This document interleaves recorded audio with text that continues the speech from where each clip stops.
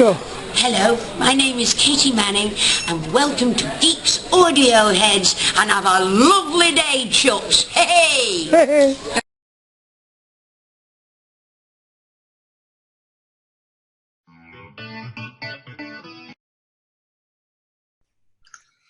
Hello, and welcome to Geeks Assembled Audioheads. We are here to gather together to talk to you guys about Iris Wildthyme, really wonderful new, well, not new, but amazing time lady from, who travels around in a red double-decker bus, city bus, and that's her TARDIS. Anyway, got some great fellows here to review it with me.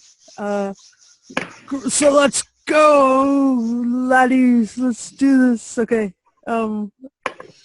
Let's start off with Lee. Go for it. All right. So we only listened to the first 3 of the 8 stories because we might have been here all week, but yeah, I thoroughly enjoyed it. I mean, it's Katy Manning. I mean, she's mad as a bag of spiders anyway. But Iris Wildthyme, I mean, I loved her when she first appeared way back with Big Finish with the 5th and the 6th Doctors in their different audio stories, and then she gets her own story, range. And this is Wildthyme Reloaded. Is it season 5? Yep. Yeah, season 5. Yeah, it's thoroughly enjoyable. 3 stories I listened to. Funny, the humour's there. He's even singing in the first story, which I wasn't expecting to begin with, but then you get used to it. Come back of the Scorchies. Yes, those damned possessed puppets, alien puppets. Yes, it's a good story, funny story. That you say the second story, Dark Side.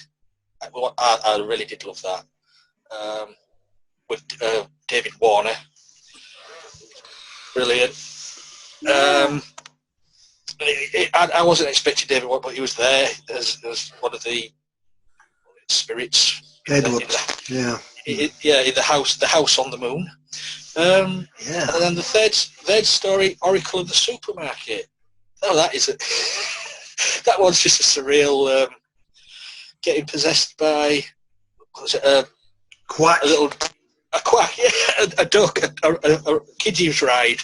And then she was able to tell people's futures and stuff. It's just a surreal set of stories. I loved it. It got me. I mean, they're only 25 minutes to 30 minutes long, but you start from beginning to end. Just enjoyable. Brilliant. I recommend them totally. Cool. Let's go to Beef Dad. What did you think about these first 3 adventures in the Wildthyme Reloaded? I thought they were brilliant. I loved the stories. I loved the concepts. They creased me up, really.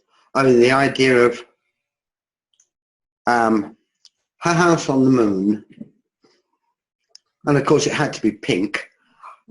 She's brilliant, absolutely brilliant. Yeah, I love the Oracle of the Supermarket. I kept thinking to myself, what would that be like in Tesco's? And the first one, of course, with the Scorchies, that just made me laugh. That really just made me laugh. I just couldn't stop giggling to myself listening to that. So yeah, brilliant. Loved it. And what a cast! Stellar cast. Absolutely extraordinary. All right. Well, how about you, Tim? What'd you think? Well, I hate to be the rain guy, but they were all right. They were okay for short stories. I didn't think they were that amazing. I thought the first one they were trying a bit too hard. I thought it wasn't as funny as they thought it was, kind of. But it wasn't bad. I mean, I just thought they were kind of average. I like probably the second one the best with the haunted house on the moon. That was pretty cool. And the third one, it just seemed a bit too quick. I think the third one, like, it just was like over and done with before before you knew it. So I don't know. I think they're okay for short stories, but I don't think they're the best thing I've ever listened to. Sorry. All right. Graham, welcome to Audioheads. And it's good to be here. I don't get here as often as I'd like due to alcoholism and slaughtering of billy goats, but thank you. I did enjoy these. I'd agree with Tim in the sense that they're probably not our best outings because, well, this is the first time they've experimented with a half-an-hour format where the previous seasons have been your traditional 1 hour and a half to 2 hour stories, so it's something different. The first one, Come Back to the Scorchies. Okay, the Scorchies are Marmite to a lot of people. You either love them, or you just want to put them in a room and drop a dynamite bomb on them. Obviously, their first outing was the Companion Chronicles with Joe Grant. Then you had an outing with Jago and Lightfoot and their range, and now they're back for a third time here.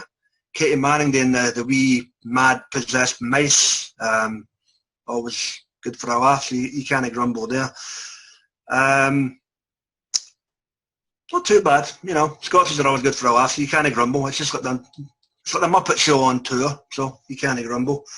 The Dark Side, I agree with Tim. This was probably the best of the three for me. David Warner's always excellent in anything he's in. As ghastly bully Edward. So that was good. Let's see.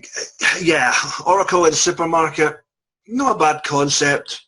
Was kind of quick, but I still enjoyed it. I mean, Genie in a Bottle, the Arabian Nights underlying theme. Why not? Good for a laugh. The only gripe I had with this set, obviously we never listened to the full set, was the fact that, especially when it was first announced, they get rid of the talking panda. And I'm going, well, who are they going to replace him with? And the fella they got in, the captain, he wasn't bad. He done a good job. And he could build out a tune with regards to the first story. So, can't grumble. Katy Manning, mad as a box of frogs, nuttier than Fruit Loops, and always good for a laugh. So, well, not the best I've ever heard with Big Finish. Not bad for a quick fix. Cool. So any situations or any plot points that you guys want to talk about? Any character arcs?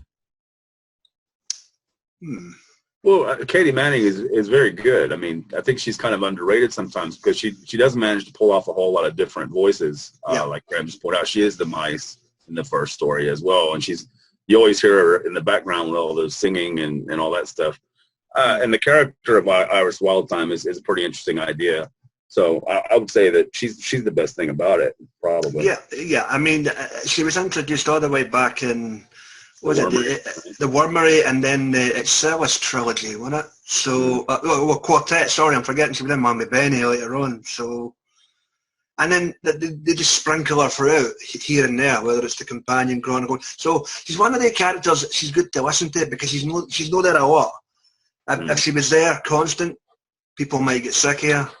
But she's there just enough where she's kept interesting, and it's always nice to hear her.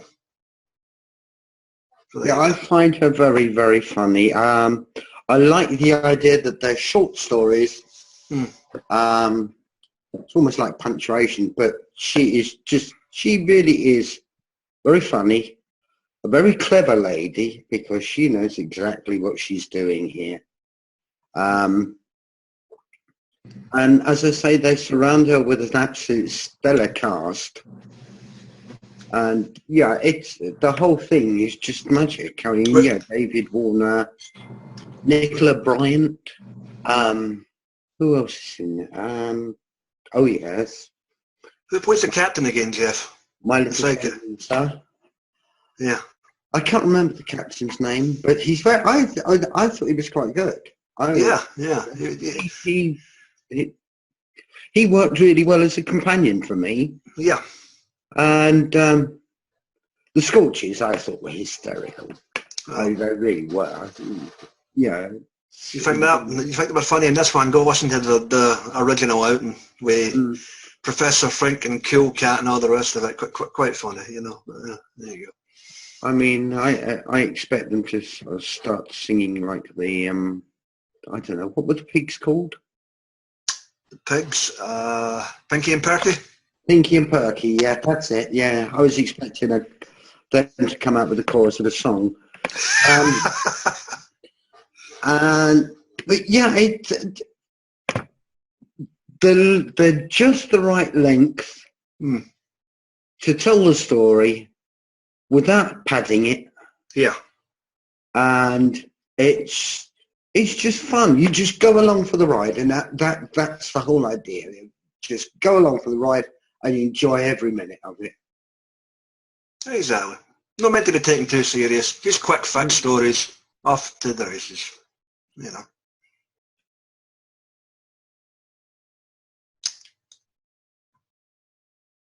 So, Lee, what did you do? You have anything that you found intriguing about this, and anything more that you'd like to add?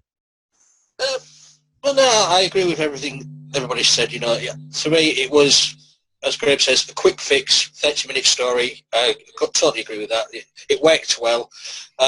Katy Manning is the best thing in these stories because she takes all of these scripts and she lets rip. But as I agree, the captain is a good companion. It's good how they've developed the character from the first outings, because it has developed. I mean, an alcoholic time lady. I gravitated towards her. Yeah, there you go. Who drives a double decker bus? You know, and she always seems to have the same adventures as the Doctor, alternative adventures, but. As you found out in Celis and Wemery. She's met several of them, right? I mean, she met 8 in one of the last Companion Chronicles, right? She met 8. The Elixir of Doom. That's a weird one. And in that one, she was traveling with Joe. Yeah. That was pretty funny. Yeah. But there's one thing what going to come back at the Scorchies with the mice, the possessed mice. I just couldn't get Bagpuss out of my head with those mice in that TV series. Yeah. The mouse organ. Yeah, the mouse organ. Yeah. Heave. But you know, it's just pure fun 30 minutes, not to be taken too seriously. Loved them. It's the daft rhyming as well. You're like, really? Yeah. We will kill you. What we say, and you're like, what? Oh dear. Possessed House in the Moon. Yeah. Oh yes, yes. So, all right. I would. I'll just interject my opinion here, and then we'll go on to rate it. I really enjoyed the character of the captain. I can't remember who played him either. But the beauty of the captain was that he was